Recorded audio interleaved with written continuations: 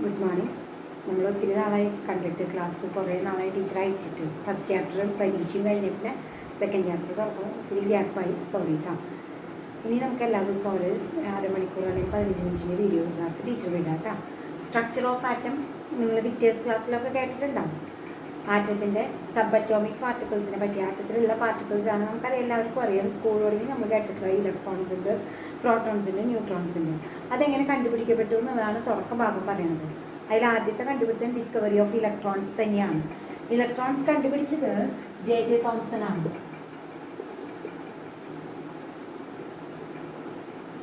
Discovery of electrons ആദ്യത്തെ നമ്മൾ പറയുന്നത്. പക്ഷേ ഇലക്ട്രോൺസിന്റെ ഡിസ്കവറിക്ക് മുന്നേ കണ്ടുപിടിക്കപ്പെട്ടത് കാഥോഡ് റേസ് ആണ്. കാഥോഡ് റേസ്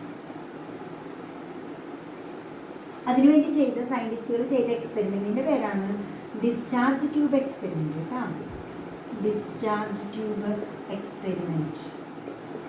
അത് പക്ഷേ ആ എക്സ്പെരിമെന്റ് നടത്തിയത് വേറെ കുറേ സയന്റിസ്റ്റുകളാണ്. വില്യം ക്രൂക്സ് അതിന് അവകാശിയുണ്ട്, മൈക്കൽ ഫാരഡേ, അങ്ങനെ കുറേ പേരുണ്ട് ആ എക്സ്പെരിമെന്റ് നടത്തിയത്. പക്ഷേ അതിൽ ഇലക്ട്രോൺസ് ആണ് അതിലത്തെ ആളുകൾ എന്നുള്ളത് കണ്ടുപിടിച്ചത് പറഞ്ഞത് ജെ തോംസൺ ആയതുകൊണ്ട് ഇലക്ട്രോൺസിന്റെ ഡിസ്കവറി പറയുമ്പോൾ ജെ തോംസൺ നമ്മൾ പറയും. പക്ഷേ ഡിസ്ചാർജ് ട്യൂബ് എക്സ്പെരിമെന്റ് കണ്ടക്ട് ചെയ്ത് കുറേ പേരുണ്ട് കേട്ടോ, കുറേ സയന്റിസ്റ്റുകളുണ്ട്. എന്താണ് discharge tube experiment? Discharge tube എന്ന് പറയുന്നത് ഒരു ഗ്ലാസ് ട്യൂബ് അത് വാക്വം പമ്പ് വെച്ചിട്ട് അതിലത്തെ എയർ കുറേ കളഞ്ഞിട്ടുണ്ട്. നമുക്കറിയാം എയറിൽ കൂടെ ഇലക്ട്രിസിറ്റി കടന്നു പോകാൻ ബുദ്ധിമുട്ടാണ്. എയർ പുവർ കണ്ടക്ടർ ഓഫ് ഇലക്ട്രിസിറ്റിയാണ് നമുക്കറിയാം. അതുകൊണ്ട് തന്നെ വാക്വം പമ്പ് കണക്ട് ചെയ്തിട്ട് അതിലെ ഗ്യാസിനെ കുറേ കളയാം.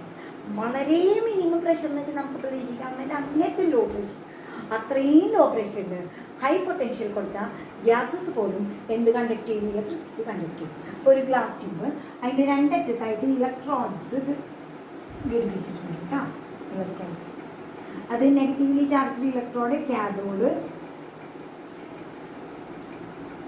എന്നിട്ട് ഇവരെ നമ്മൾ എന്താ പറയുക, ഹൈ പൊട്ടൻഷ്യലായിട്ട് കണക്ട് ചെയ്തിരിക്കുന്നു.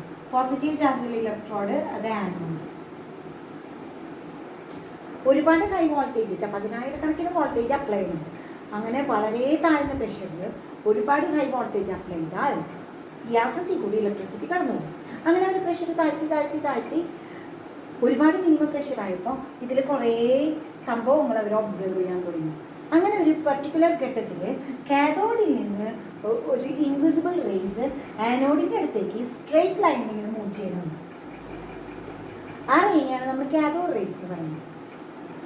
അതാണ് കാഥോഡ് റേയുടെ ഉത്ഭവം. അപ്പോൾ ഇത് നമുക്ക് ആ എക്സ്പെരിമെൻറ്റ് ജസ്റ്റ് ഒരു സെൻറ്റൻസിലൊക്കെ പറഞ്ഞാൽ മതി. ഡിസ്ചാർജ് ട്യൂബിൽ വളരെ ലോ പ്രഷറിൽ ഹൈ പൊട്ടൻഷ്യലിൽ ഗ്യാസസിൽ ഇലക്ട്രിസിറ്റി കടന്നു പോകും. അങ്ങനെ ഒരു പർട്ടിക്കുലർ ലോ പ്രഷറിൽ നമ്മുടെ കാഥോഡിൽ നിന്ന് some invincible rays moving towards anode. അതിനാണ് നമ്മൾ എന്ത് പറയുന്നത്? Cathode rays. ഒറ്റ സെൻറ്റൻസിലെ എക്സ്പെരിമെൻറ്റ് പറഞ്ഞാൽ മതി. ഇനി നമുക്ക് ചോദിക്കാം പ്രോപ്പർട്ടീസ് ഓഫ് കാഥോഡ് റേസ്. ഇപ്പോൾ കാര്യമായിട്ട് ചോദിക്കാൻ കണ്ടിട്ടില്ല, പക്ഷേ പണ്ടത്തെ എക്സാമുകളിൽ കുറേ ചോദിക്കാറുണ്ട്. ചോയ്സ് കൂടുതലാണെങ്കിൽ ഇപ്പോഴും ചോദിക്കുന്നത് പ്രോപ്പർട്ടീസ് ഓഫ് കാഥോഡ് റേസ്. ആദ്യത്തെ നമ്മളിപ്പോൾ പറഞ്ഞത് cathode rays moving in straight lines. അത് സ്ട്രെയിറ്റ് ലൈനിലാണ് മൂവ് ചെയ്യുന്നത്. സ്ട്രെയിറ്റ് ലൈനാണ് മൂവ് ചെയ്യണതെന്ന് മനസ്സിലാക്കിയത് ഇതിൻ്റെ എന്താ പറയുക, ഈ പാത്തിൽ കാഥോഡ് റേ മൂവ് ചെയ്യുന്ന പാത്തിൽ ഒരു ഒബ്ജക്റ്റ് വെച്ചാൽ ഇവരതിൻ്റെ ഷാഡോ പ്രൊഡ്യൂസ് ചെയ്യും, നിഴലുണ്ടാക്കുന്നു. അതുകൊണ്ടാണ് ദേ ട്രാവലിംഗ് സ്ട്രെയിറ്റ് ലൈൻസ് എന്ന് മനസ്സിലായി. Straight line. അപ്പോൾ ഫസ്റ്റ് പോയിന്റ് ഇതാണ്, they travelling straight line from cathode to anode. ഒന്നാമത്തെ പോയിന്റ്. രണ്ടാമത്തെ point, cathode ray consist of radiation ray ആണെങ്കിൽ കൂടി it consist of material particles. അതിൽ നിറയെ പാർട്ടിക്കിൾസ് ആണ്. അത് മനസ്സിലാവുന്നത് ഇതിൻ്റെ ഈ പാത്തിൽ ഒരു പാഡിൽ വെച്ച് കഴിഞ്ഞാൽ അതിനെ അവർ റൊട്ടേറ്റിംഗ് പാഡിൽ. അതുകൊണ്ടാണ് അവർ അതിലെന്തുണ്ടെന്ന് മനസ്സിലാക്കുന്നത്, പാർട്ടിക്കിൾസ് ഉണ്ടെന്ന് മനസ്സിലാവുന്നത്. ജെ തോംസൺ ആ പാർട്ടിക്കിൾസിന് പിന്നീട് കൊടുത്ത പേരാണ് ഇലക്ട്രോൺസ്. മൂന്നാമത്തെ point, this cathode rays get deflected in an electric field. ഈ കാഥോഡ് റേയുടെ പാത്തിൽ ഒരു എക്സ്റ്റേണൽ ഇലക്ട്രിക് ഫീൽഡ് അപ്ലൈ ചെയ്താൽ ഈ കാഥോഡ് റേ അതിൻ്റെ പോസിറ്റീവ് പ്ലേറ്റിൻ്റെ അടുത്തോട്ട് ഡിഫ്ലക്റ്റ് ചെയ്യും. ഇലക്ട്രിക് ഫീൽഡ് എന്ന് പറയുമ്പോൾ അതിനൊരു പോസിറ്റീവ് പ്ലേറ്റ് ഉണ്ട്, നെഗറ്റീവ് പ്ലേറ്റ് ഉണ്ടാവും. ഈ കാഥോഡ് റേ അതിൻ്റെ പോസിറ്റീവ് ഭാഗത്തേക്ക് ഡിഫ്ലക്റ്റ് ചെയ്യുന്നു. പോസിറ്റീവ് ഭാഗത്തേക്ക് ഡിഫ്ലക്റ്റ് ചെയ്യുന്നതുകൊണ്ട് മനസ്സിലാവുന്നത് cathode rays are negatively charged. Then fourth point, they deflected in a magnetic field. ഒരു മാഗ്നറ്റിക് ഫീൽഡ് അപ്ലൈ ചെയ്താലും ഇതുപോലെ അവർ ഡിഫ്ലക്റ്റ് ചെയ്യും. ആ ഡിഫ്ലക്ഷൻ്റെ ഡയറക്ഷനും കാണിക്കുന്നത് these are negatively charge. Clear? ഇത്രയാണ് കാഥോഡ് റേസിൻ്റെ properties. They travel in straight lines from cathode to anode. They consist of material particles.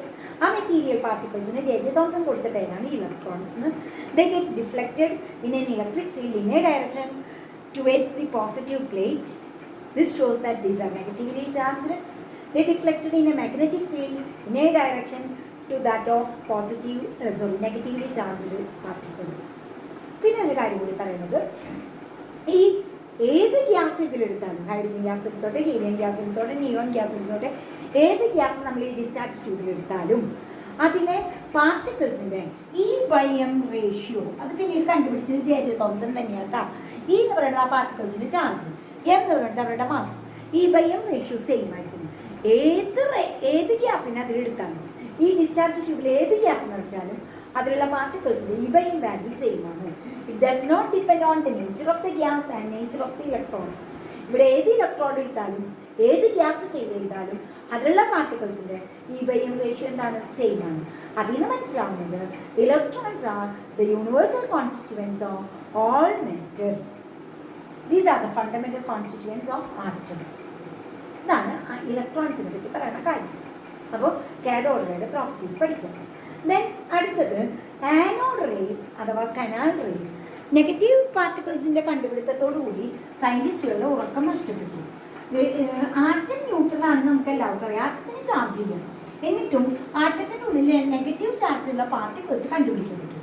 Negative ചാർജുള്ള പാർട്ടിക്കിൾസ് കണ്ടുപിടിച്ചപ്പോൾ ഇവർക്ക് മനസ്സിലായി ആറ്റം ന്യൂട്രൽ ആവണമെങ്കിൽ പോസിറ്റീവ് ചാർജുള്ള പാർട്ടിക്കിൾസ് അത്ര തന്നെ അവിടെ ഉണ്ടാവും. അപ്പോൾ വീണ്ടും ഇവർ ഇതേ ഡിസ്ചാർജ് ട്യൂബ് എക്സ്പെരിമെൻറ്റിന് നടത്തി. പക്ഷെ നടത്തിയപ്പോൾ ഒരു കാര്യം ചെയ്തത് കാഥോഡ്, പെർഫോറേറ്റഡ് കാഥോഡ് യൂസ് ചെയ്തു. നിറയെ സുഷിരങ്ങളുള്ള കാഥോഡ് യൂസ് ചെയ്തു. അപ്പോൾ അവർക്ക് മനസ്സിലാവുന്നത് ഇതേപോലെ തന്നെ കാഥോഡിൻ്റെ ആനോഡിൻ്റെ അടുത്തോട്ട് മൂവ് ചെയ്യുന്ന പോലെ തന്നെ കാഥോഡിൻ്റെ അടുത്തോട്ട്, അപ്പോൾ അവർ പുറപ്പെടുന്നത് എവിടെ നിന്നായിരിക്കും? ആനോഡിൻ്റെ ഭാഗത്തുനിന്ന്. കാഥോഡ് റേസ് കാഥോഡിൻ്റെ ആനോഡിക്ക് അങ്ങോട്ട് പോകുമ്പോൾ അതിൻ്റെ ഓപ്പോസിറ്റ് സൈഡ് ഡയറക്ഷനിൽ സം റേസ് ഒബ്സർവ് ചെയ്യും. ആ റേസിനെ പറയുന്ന പേരാണ് ആനോഡ് റേസ് അഥവാ കനാൽ റേസ്. കാഥോഡിൻ്റെ ഹോൾസിൽ കൂടെ കിടക്കണം. ഇനി അവരുടെ properties. Positive rays positive particles, that means നമുക്കറിയാം പാർട്ടിക്കിളിലെ പോസിറ്റീവ് പാർട്ടിക്കിൾസിൻ്റെ പേരാണ് പ്രോട്ടോൺസ്. കണ്ടുപിടിച്ചത് ഗോൾഡ്സ്റ്റീൻ ആട്ടോ.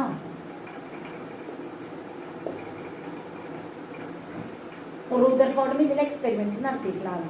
അതുകൊണ്ട് ചിലപ്പോഴൊക്കെ റൂദർഫോർഡിനും കുട്ടികളും സ്കൂളിലൊക്കെ ചിലപ്പോൾ കേട്ടിട്ടുണ്ടാകും. അപ്പോൾ ഗോൾഡ്സ്റ്റീനാണ്. ദെൻ ആനോഡ് റേസ് അഥവാ കനാൽ റേസ് അഥവാ ആനോഡ് റേസ്. അവരുടെ പ്രോപ്പർട്ടീസ് കുറേയൊക്കെ കാഥോഡ് റേസിൻ്റെ പോലെ തന്നെ. അപ്പോൾ they move in straight line in a direction opposite to that of cathode rays. രണ്ട്, they get deflected in electric field and magnetic field. Electric field apply ചെയ്താലും magnetic field apply ചെയ്താലും നേരത്തെ cathode റേസിന് സംഭവിച്ച പോലെ അവർ ഡിഫ്ലക്റ്റ് ചെയ്യും. Straight line പോയിട്ട് ഒരു ഡിഫ്ലക്റ്റ് ചെയ്യും. ആ ഡിഫ്ലക്ഷൻ കാണിക്കുന്നത് ദേ ആർ പോസിറ്റീവ്ലി ചാർജ്ഡ് എന്നാണ്. പിന്നെ ഇതിലത്തെ ഗ്യാസിൻ്റെ നേച്ചറിനനുസരിച്ച് ഈ റേസിലുള്ള പാർട്ടിക്കിൾസിൻ്റെ E/M റേഷ്യോ വ്യത്യാസം വരും. It depends on the E/M ratio of the particles present in the anode rays depends on the nature of the gas taken in the tube. ഓരോ gas എടുക്കുമ്പോൾ E/M ratio വ്യത്യാസം വരും. ഇത്രയാണ് ആനോഡ് റേസിന് 3 പ്രോപ്പർട്ടീസ് പറഞ്ഞത്. എന്നിട്ട് അവർ പറയണത് ഹൈഡ്രജൻ ഗ്യാസ് ഇതിൽ ഫിൽ ചെയ്യുമ്പോഴാണ് പാർട്ടിക്കിൾസിൻ്റെ E/M റേഷ്യോ മാക്സിമം വരുന്നത്. ദാറ്റ് മീൻസ് ഇത് മാക്സിമം വരണമെങ്കിൽ M എന്തായിരിക്കണം? ആ പാർട്ടിക്കിൾസിൻ്റെ ഏറ്റവും കുറവായിരിക്കണം. ദാറ്റ് മീൻസ് ആ ഹൈഡ്രജൻ ഗ്യാസ് എടുക്കുമ്പോഴുള്ള ആ പോസിറ്റീവ്ലി ചാർജ്ഡ് പാർട്ടിക്കിൾസിനെ വിളിക്കുന്ന പേരാണ് പ്രോട്ടോൺസ്. അങ്ങനെയാണ് പ്രോട്ടോൺസ് ഡിസ്കവർ ചെയ്യപ്പെട്ടത്. ഇപ്പോൾ ഇലക്ട്രോൺസും പ്രോട്ടോൺസും കണ്ടുപിടിക്കപ്പെട്ട അപ്പം തന്നെ ജെ തോംസൺ ഒരു മോഡൽ ഓഫ് ആറ്റം പറഞ്ഞു. ആ മോഡലാണ് Thomson's model of atom, plum pudding model എന്ന് പറയുന്നത്. പ്ലം പുഡിംഗ് മോഡൽ, പുഡിംഗ് എന്നോ പ്ലം പുഡിംഗ് മോഡൽ. പുഡിംഗ് അറിയാലോ അല്ലേ? അതുപോലെ അതിനേക്കാളും നന്നായിട്ട് ഇതിന് ഈ മോഡലിനെ വിശേഷിപ്പിക്കാൻ പറ്റിയ പുഡിങ്ങിനേക്കാളും നല്ലതാണ് വാട്ടർ മെലൺ നടുക മുറിക്കാം, എന്നിട്ട് ഇങ്ങനെ വെക്കാം. അപ്പോൾ നമുക്കറിയാം ആ വാട്ടർ മെലൻ്റെ ഉള്ളിൽ ആ ഫ്ലഷ്, ആ റെഡ് കളറിലുള്ള ഫ്ലഷ് കംപ്ലീറ്റ് എന്താ പറയുക അതിലിങ്ങനെ സ്പ്രെഡ് അതിലുണ്ട്. അതിലെ സീഡ്സ്, ആ ബ്ലാക്ക് കളറിലുള്ള സീഡ്സ് ഇങ്ങനെ എംബഡഡ് ആയിട്ട് അതിലിങ്ങനെ കിടക്കും. അതുപോലെ അത്ര ആറ്റത്തിൻ്റെ ഘടന അദ്ദേഹം പറയുന്നത്, ആറ്റത്തിൻ്റെ സ്ട്രക്ചർ അദ്ദേഹം പറയുന്നത് ആറ്റത്തെ ഒരു സ്ഫിയർ ആയിട്ട് കൺസിഡർ ചെയ്യാം. അതിലത്തെ പോസിറ്റീവ് ചാർജ് ആറ്റത്തിലുള്ള യൂണിഫോം ആയിട്ട് സ്പ്രെഡ് ചെയ്തിരിക്കുന്നു, നെഗറ്റീവ് ചാർജിലുള്ള ഇലക്ട്രോൺസ് എന്നിട്ട് അതിൽ അവിടെ ഒതുങ്ങിയിട്ടുണ്ട്. അങ്ങനെ atom as a whole is electrically neutral. ഈ മോഡലിന് അധികം ആയുസ് ഉണ്ടായില്ല, കാരണം ഈ മോഡലിന് ആറ്റം സ്റ്റേബിൾ ആണെന്ന് എക്സ്പ്ലെയിൻ ചെയ്യാൻ സാധിക്കാത്തതാണ്. എന്നാൽ ഈ മോഡലൊന്ന് പഠിക്കാം. ദെൻ അടുത്തത് റൂദർഫോർഡിൻ്റെ ഒരു എക്സ്പെരിമെൻറ്റ്. അപ്പോൾ പ്രോട്ടോൺ കണ്ടുപിടിച്ചു, ഇലക്ട്രോൺ കണ്ടുപിടിച്ചു. ഈ റൂദർഫോർഡ് കണ്ടുപിടിച്ചത് ന്യൂക്ലിയസ് ആണ്, discovery of nucleus by his alpha ray scattering experiment. എന്താണ് അദ്ദേഹത്തിൻ്റെ ആൽഫ റേ സ്കാറ്ററിംഗ് എക്സ്പെരിമെൻറ്റ്? റൂദർഫോർഡിൻ്റെ ആൽഫ റേ സ്കാറ്ററിംഗ് എക്സ്പെരിമെൻറ്റ് കേട്ടോ. റൂദർഫോർഡിൻ്റെ ആൽഫ റേ സ്കാറ്ററിംഗ് എക്സ്പെരിമെൻറ്റ്.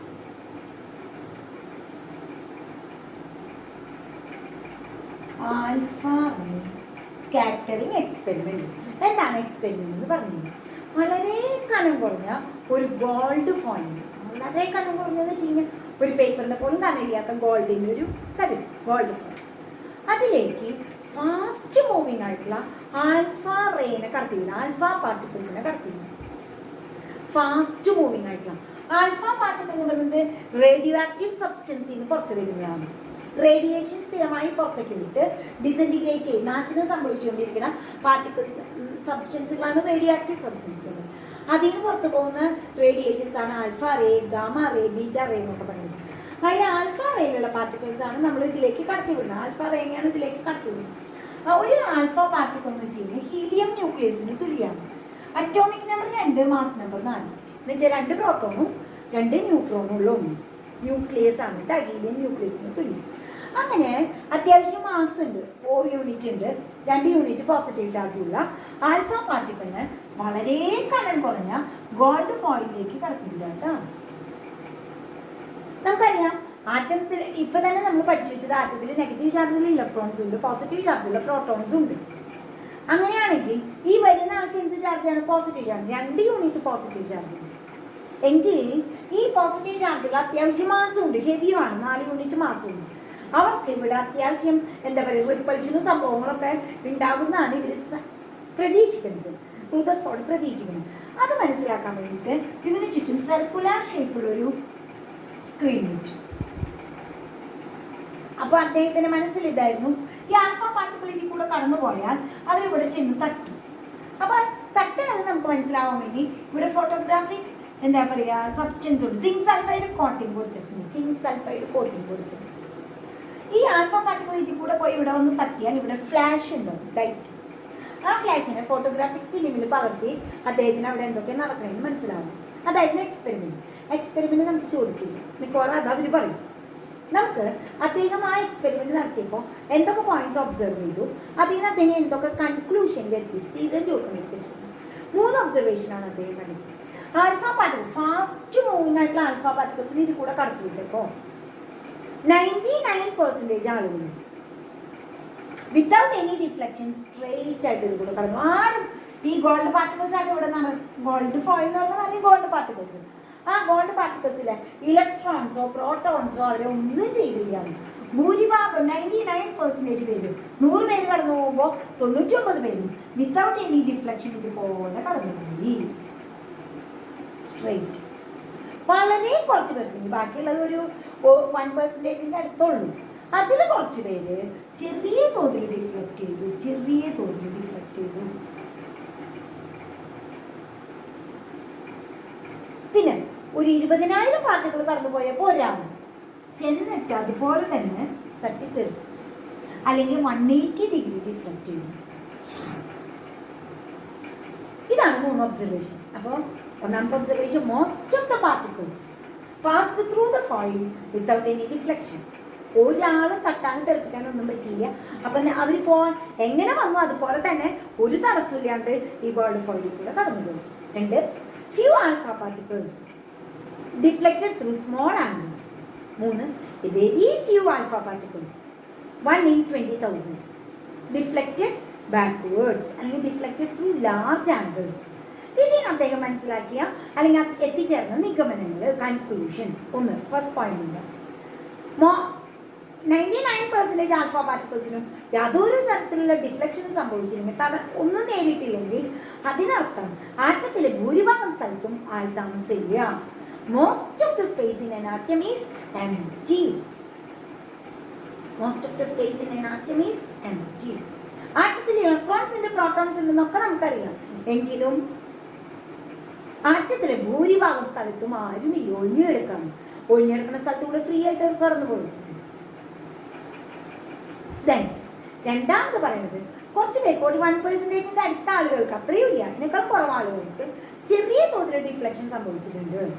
അതിൻ്റെ അർത്ഥം അവർ പറയണത് വരുന്ന ആൽഫ പാർട്ടിക്കിൾസ് പോസിറ്റീവ് ചാർജുള്ള ഹെവി ആയിട്ടുള്ള ആളുകളാണ്. അവർക്ക് ചെറിയ ഡിഫ്ലക്ഷൻ സംഭവിക്കണമെങ്കിൽ അവരെ എതിർക്കണവർക്കും എന്തുണ്ടാവണം? പോസിറ്റീവ് ചാർജ് ഉണ്ടാവണം, അത്യാവശ്യം ഹെവിയുമായിരിക്കണം. അതിന് അദ്ദേഹം കൊടുത്ത നിഗമനം ഇതാണ്: ആറ്റത്തിലെ എല്ലാ പോസിറ്റീവ് ചാർജും മോസ്റ്റ് ഓഫ് ദ മാസും ആറ്റത്തിന്റെ സെന്ററിൽ ഇതാണ് ആറ്റം എന്ന് കരുതാം. ഇത്രയൊന്നും വലിപ്പമുണ്ടാവില്ല, നമുക്കറിയാലോ. അതിന്റെ സെന്ററിൽ ഒരു പോയിന്റിൽ ആറ്റത്തിലെ എല്ലാ പോസിറ്റീവ് ചാർജും മോസ്റ്റ് ഓഫ് ദ മാസും ഇവിടെ കോൺസെൻട്രേറ്റ് ചെയ്തിരിക്കുകയാണ്. ഈ കോൺസെൻട്രേറ്റ് ചെയ്ത റീജിയന് അദ്ദേഹം കൊടുത്ത പേരാണ് ന്യൂക്ലിയസ്. അപ്പൊ ഇത് അത്യാവശ്യം ഹെവിയുമാണ്, പോസിറ്റീവുമാണ്. ഏത് ആൽഫ പാർട്ടിക്കിൾസ് ആണോ ഇതിന്റെ അടുത്തുകൂടെ കടന്നു പോയത് അവരാണ് ഡിഫ്ലക്റ്റഡ് ത്രൂ സ്മോൾ ആംഗിൾസ്. ഇനി മൂന്നാമത്തെ പോയിന്റ്, ഒരാൾ മാത്രം 10,000 പേര് കടന്നു പോയപ്പോൾ ഒരാൾ മാത്രം തട്ടി തിരികെ പോകുന്നു. അതിന് കാരണം ഇതാണ്. ഇതാ കണ്ട, ടീച്ചർ വരച്ചത് തന്നെ അങ്ങനെയാണ്. ആറ്റത്തിന് ഇത്ര വലിപ്പം ഉണ്ടെങ്കിൽ ന്യൂക്ലിയസിന്റെ വലിപ്പം നോക്കുക ഇത്രയേ ഉള്ളൂ. അതിനെ അവർ കമ്പയർ ചെയ്യണത് എങ്ങനെയാണെന്നൊരു ആറ്റത്തിന് വലിപ്പം ഒരു ക്രിക്കറ്റ് ഗ്രൗണ്ടിന്റെ വലിപ്പത്തിനോട് കമ്പയർ ചെയ്യും. ന്യൂക്ലിയസിന്റെ വലിപ്പം അതിന്റെ സെന്ററിൽ വെച്ചേക്കുന്ന ഒരു ക്രിക്കറ്റ് ബോളിനോട് കമ്പയർ ചെയ്യാം. അപ്പൊ നമുക്കറിയാലോ. അപ്പോ ആറ്റത്തിലെ ഹെവി ആയിട്ടുള്ളതും ഹെവി സെന്റർ, പോസിറ്റീവ് സെന്റർ ഇവിടെ ഉള്ളൂ, ഈ ഭാഗത്തുള്ളൂ.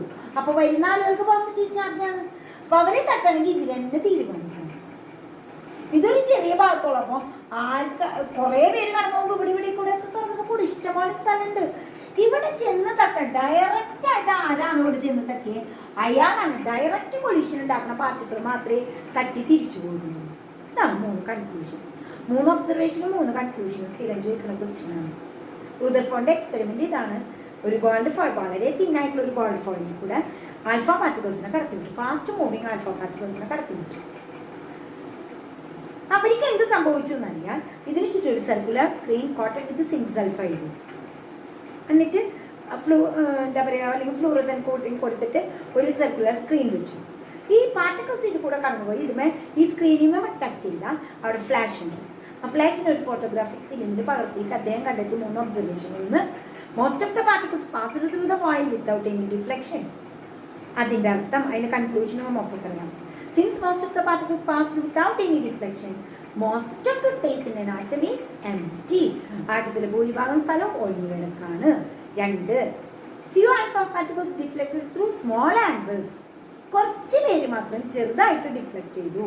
അതിന് അദ്ദേഹം കൊടുത്ത കാര്യം ഇതാണ്: ഡിഫ്ലക്റ്റ് ചെയ്യപ്പെടണമെങ്കിൽ ആറ്റത്തിൻ്റെ ഉള്ളിൽ പോസിറ്റീവായിട്ടുള്ള ഒരു ഭാഗം ഉണ്ടാവും.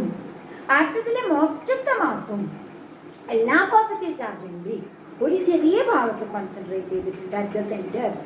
ആ ഭാഗമാണ് ന്യൂക്ലിയസ്. ആരാണോ ഏത് ആൽഫ പാർട്ടിക്കിൾസ് ആണോ ന്യൂക്ലിയസിൻ്റെ അടുത്തുകൂടെ കടന്നുപോയത് അവരാണ് deflected through small angles. 3rd point, ഒരു 20,000 ആൽഫ പാർട്ടിക്കിൾ കടന്നു പോകുമ്പോൾ ഒരാൾ മാത്രം തട്ടി തിരിച്ചു പോകുന്നു.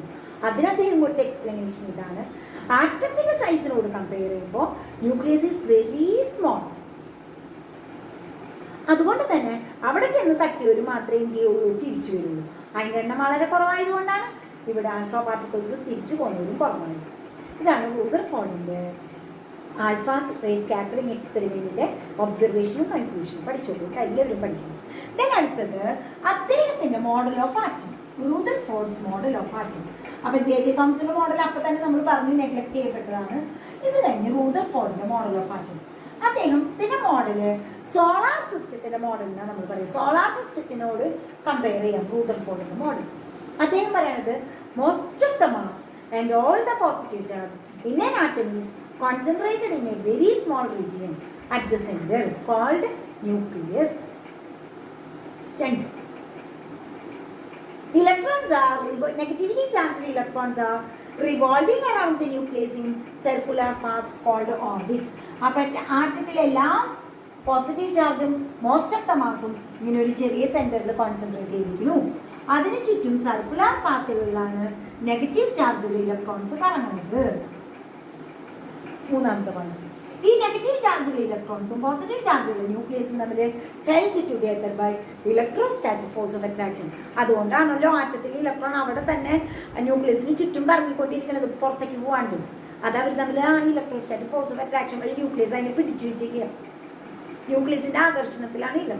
ഇതാണ് സോളാർ സിസ്റ്റം എന്ന് പറയാൻ കാരണം. സെന്ററിലെ ന്യൂക്ലിയസ് അത് സൺ, ഇവിടെ കറങ്ങുന്ന ഇലക്ട്രോൺസ് അത് പ്ലാനറ്റ്സ്. അതുകൊണ്ട് റൂദർഫോർഡിന്റെ മോഡല് സോളാർ സിസ്റ്റം ആയിട്ട് കൺസിഡർ ചെയ്യാം. ദെൻ അടുത്തത് ഡിസ്കവറി ഓഫ് ന്യൂട്രോൺസ്. അപ്പൊ ഇപ്പോൾ ഇലക്ട്രോൺസ് കണ്ടുപിടിച്ചു ആദ്യം, അത് കഴിഞ്ഞ് പ്രോട്ടോൺസ് കണ്ടുപിടിച്ചു. J Thomson electrons, protons Goldstein. Then neutrons Chadwick, James Chadwick.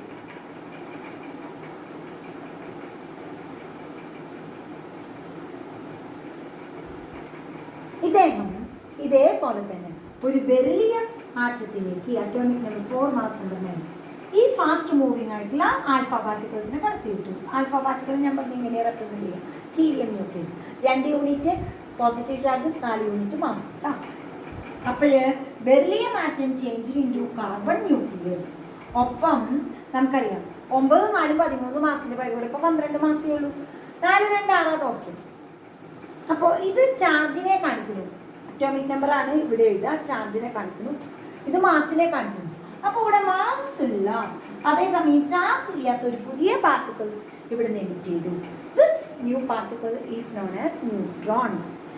ഏകദേശം പ്രോട്ടോണിന്റെ മാസ് എന്ന് പറയാം, പക്ഷെ പ്രോട്ടോണിനേക്കാൾ കുറച്ചും കൂടി ഹെവിയാണ് ന്യൂട്രോൺസ്. അങ്ങനെയാണ് ന്യൂട്രോൺസ് കണ്ടുപിടിക്കുന്നത്. ഒരു ആറ്റത്തിലെ പ്രോട്ടോൺസും ന്യൂട്രോൺസ് ആണ് ആറ്റത്തിന്റെ മാസ് കോൺട്രിബ്യൂട്ട് ചെയ്യുന്ന ആളുകൾ. ഇലക്ട്രോൺസിന്റെ മാസ് അത് പറയാൻ വിട്ടതാണ്. ഇലക്ട്രോൺസിന്റെ മാസ് വളരെ വളരെ നിസ്സാരമാണ്. ആറ്റത്തിൽ മാസുള്ള പാർട്ടിക്കിൾസ് എന്ന് പറയുമ്പോൾ മെയിനായിട്ട് ന്യൂട്രോൺസും പ്രോട്ടോൺസും ആണ്. ഈ രണ്ടുപേരും ആറ്റത്തിൻ്റെ ഉള്ളിലെ ന്യൂക്ലിയസിൻ്റെ ഉള്ളിലാണ് കാണുന്നത്. അതുകൊണ്ട് അവരെ വിളിക്കുന്ന പേരാണ് ന്യൂക്ലിയോൺസ്. ന്യൂക്ലിയസിൻ്റെ ഉള്ളിലുള്ള particles protons and neutrons are together known as nucleons. One വേർഡൊക്കെ ആയിട്ട് ചോദിക്കും. ഇതിനിടയിൽ ഇലക്ട്രോൺസ് ഡിസ്കവർ ചെയ്ത് കഴിഞ്ഞ ഉടനെ കണ്ടുപിടിച്ച ഒന്നാണ് ചാർജ് ടു മാസ് റേഷ്യോ. പറയാൻ പറ്റുന്നത് കേട്ടോ, charge to mass ratio of electrons, E/m ratio. E എന്ന് വെച്ചാൽ ചാർജ്, M എന്ന് വെച്ചാൽ mass of electrons. J Thomson ആയിട്ട് കണ്ടെത്തിയത്.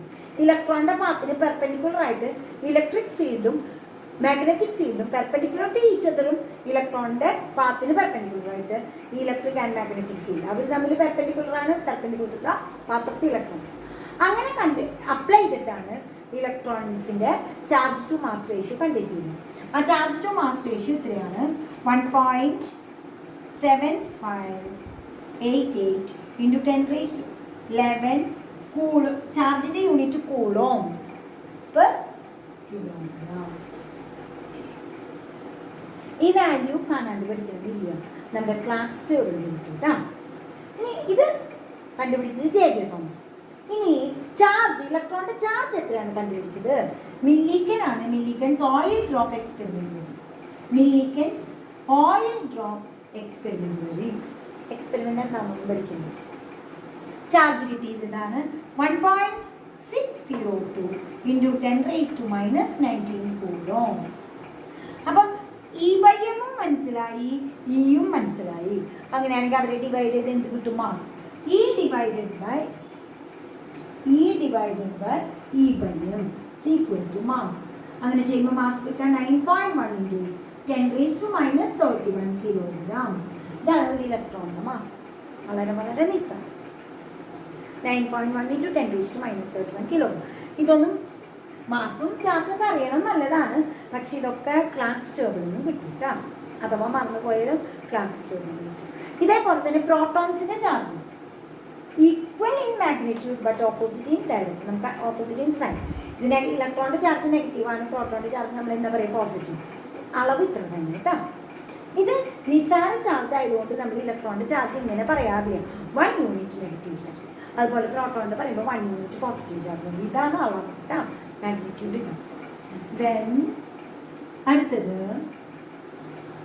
അറ്റോമിക് നമ്പർ എന്താണ്, മാസ് നമ്പർ എന്താണ്. അപ്പോൾ നമ്മൾ ന്യൂക്ലിയസ് കണ്ടുപിടിച്ച്, ന്യൂട്രോൺസ് അറിഞ്ഞു. അപ്പോൾ ഇപ്പോൾ ആറ്റത്തിലെ പാർട്ടിക്കിൾസ് 3 പേരും കണ്ടുപിടിച്ചു തന്നു. Electrons, protons, neutrons. Electrons, protons, neutrons. ഇനി അറ്റോമിക് നമ്പർ എന്താണ്? അറ്റോമിക് നമ്പർ അറിയാം, നിങ്ങൾ ചെറിയ ക്ലാസ് ഒന്നും. Atomic number represented by the letter Z. It is the number of protons in the nucleus of an atom. ഒരു ആറ്റത്തിലെ ന്യൂക്ലിയസിലുള്ള പ്രോട്ടോണുകളുടെ എണ്ണമാണ് ഇന്ന് പറയുന്നത് അറ്റോമിക് നമ്പർ. പക്ഷെ നമുക്കറിയാം ഒരു ആറ്റത്തിലെ ഇലക്ട്രോണുകളുടെ എണ്ണവും പ്രോട്ടോണുകളുടെ എണ്ണവും തുല്യമാണ്. So it is also equal to number of electrons in a neutral atom. Charge ഇല്ലാത്ത ആളുടെ. അപ്പോൾ ചാർജ് ഇല്ലാത്ത ഒരു ആറ്റത്തെ മറ്റേ ചാർജിൻ്റെ കഴിഞ്ഞ അയോൺ എന്നാണ് പറയുക. ചാർജ് ഇല്ലാണ്ട് നമ്മളൊരു ന്യൂട്രൽ ആറ്റാണ് കൺസിഡർ ചെയ്യണമെങ്കിൽ അവിടെ പ്രോട്ടോൺസിൻ്റെ എണ്ണം ഇലക്ട്രോൺസിൻ്റെ എണ്ണം തുല്യമാണ്. അതാണ് atomic number. Then mass number A.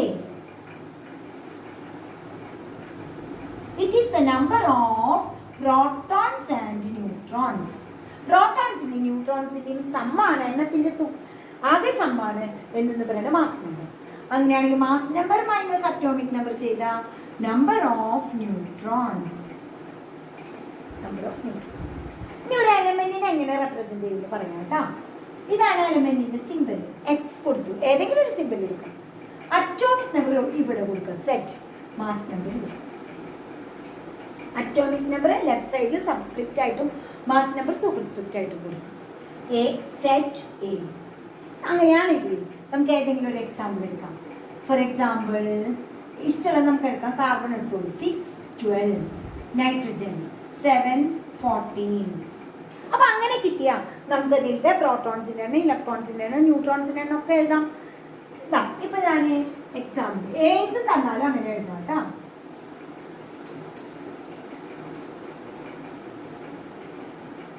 ഏതിൻ്റെ തന്നാലും അങ്ങനെ എഴുതാൻ പറ്റും. ഇപ്പോൾ for example sodium atomic number 11, mass number 23. അപ്പം ഇതിലെ പ്രോട്ടോൺസിൻ്റെ എണ്ണം എഴുതാം നമുക്ക്. അറ്റോമിക് നമ്പറാണ് പ്രോട്ടോൺസിൻ്റെ എണ്ണം നമുക്കറിയാം. ചാർജ് ഇല്ലാത്ത കാരണം അതെങ്ങനെയാണ് ഇലക്ട്രോൺസിൻ്റെ എണ്ണം. ഇനി ന്യൂട്രോൺസിൻ്റെ എണ്ണം. Mass number minus atomic number 23 minus 11 12. അപ്പോൾ മാസ് നമ്പറും അറ്റോമിക് നമ്പറും തന്നാൽ പ്രോട്ടോൺസിൻ്റെ എണ്ണം ഇലക്ട്രോൺസിൻ്റെ എണ്ണം ന്യൂട്രോൺസിൻ്റെ എണ്ണം. ഇനി നമ്മൾ പഠിച്ചിട്ടുള്ളത് തന്നെയാണ് ഐസോടോപ്സും ഐസോബാർസും. ഐസോടോപ്സ് എന്ന് വെച്ച് കഴിഞ്ഞാൽ എന്താണെന്ന് നമുക്ക് എല്ലാവർക്കും അറിയാം. Atoms of the same element, ഒരേ എലമെന്റിന്റെ atoms with difference in mass number. Atomic number same, mass number വ്യത്യാസം. അപ്പോൾ മാസ് നമ്പർ വ്യത്യാസമുള്ള അറ്റോമിക് നമ്പർ സെയിം ആയിട്ടുള്ള ഒരേ ആറ്റത്തിന്റെ ഒരേ എലമെന്റിന്റെ ആറ്റംസിനെ വിളിക്കുന്ന പേരാണ് isotopes. Atomic number same, mass number different. അങ്ങനെയാണെങ്കിൽ അതിന് എക്സാമ്പിൾ പറയാം. ഹൈഡ്രജന് 3 isotopes. Protium, deuterium and tritium. ഇങ്ങനെയാണ് റെപ്രസെന്റ് ചെയ്യുക കേട്ടോ. 1H1, 1H2, 1H3. Protium, deuterium, tritium. ഇത് തമ്മിൽ എന്തിൻ്റെ ഡിഫറൻസ് എന്ന് നോക്കാം നമുക്ക്. പ്രോട്ടോണിലാണോ ഇലക്ട്രോണിലാണോ ന്യൂട്രോണിലാണോ വ്യത്യാസം എന്നൊക്കെ നോക്കാം. നമുക്ക് form ഇടാനൊക്കെ കൺഫ്യൂഷനാണ്. 1H1, 1H2, 1H3. Protons 1 ആദ്യത്തെ എഴുതണം കേട്ടോ. Electron 1, neutron 1 - 1 0. ഇതാണ് പ്രോട്ടി കേട്ടോ. Proton 1, electron 1, neutron 0. രണ്ടാമത്തേത് ഡ്യൂട്ടീരിയത്തിൽ പ്രോട്ടോൺ അഗെയിൻ 1 തന്നെ, ഇലക്ട്രോൺ 1, ന്യൂട്രോൺ 2 - 1 1. അപ്പോൾ പ്രോട്ടിയത്തിൽ ന്യൂട്രോൺസ് ഇല്ല. അടുത്തത് പ്രോട്ടോൺ 1, ഇലക്ട്രോൺ 1, ന്യൂട്രോൺ 3 - 1 2. അപ്പോൾ നോക്കിയേ, isotopes differ in the number of neutrons. Isotopes എന്തിൻ്റെ എണ്ണത്തിൽ വ്യത്യാസപ്പെടുന്നത്? ന്യൂട്രോൺസിൻ്റെ എണ്ണത്തിൽ മാത്രം. Proton same, electron same. വേറെ ഐസോടോപ്സ് പറയാം. Carbon C6 12, C6 14. കണ്ട മാസ് നമ്പർ വ്യത്യാസം.